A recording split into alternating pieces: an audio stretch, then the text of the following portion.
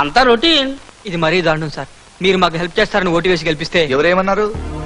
నాకు ఓటు ఎవరేమన్నారు? నేను తాగబోతుంది తెలుసుగా, అమ్మాయి పిచ్చుందని తెలుసుగా, రౌడిజం చేసి రాజకీయాల్లో పైకొచ్చానని తెలుసుగా. తెలిసి నాకు ఓటు ఎందుకు వేశారయ్యా? ఏంటి రివర్స్ లో వస్తున్నాడు? బ్రదర్, నీకు చెల్లెలు ఉన్నారా? నాకు లేదు సార్, వీడికుంది. నానా, నీకు ఉద్యోగం ఇప్పిస్తాను, నీ చెల్లిని నాకు ఇచ్చి పెళ్లి చేస్తావా? చిచ్చి సస్తే చేయను. ఇది వెరైటీ. పోనీ రేపు నేను ఎలక్షన్ లో నిలబడుతూ నాకు ఓటేస్తావా? ఓటుదే ఉంది, వేస్తాలే. నీ చెల్లికి మొగుడిగా పనికిరాను, కానీ మీ ఊరికి ఎమ్మెల్యేగా పనికొస్తానా? ఆడపిల్లని ఇచ్చేటప్పుడు చేసుకోబోయేవాడు మంచోడా, వాడి బ్యాడ్ హ్యాబిట్స్ ఏమైనా ఉన్నాయా, వాడి ఫ్యామిలీ బ్యాక్గ్రౌండ్ ఏంటి, ఇన్ని ఆలోచించి పెళ్లి చేస్తాం కదా. ఎవరు దొరికితే వాడితో పెళ్లి చేయొచ్చు కదా. అలా చెయ్యం, ఎందుకంటే అది మన బిడ్డ, మనకు పుట్టిన బిడ్డ. అలాగే ఇది మన దేశం, మనం పుట్టిన దేశం.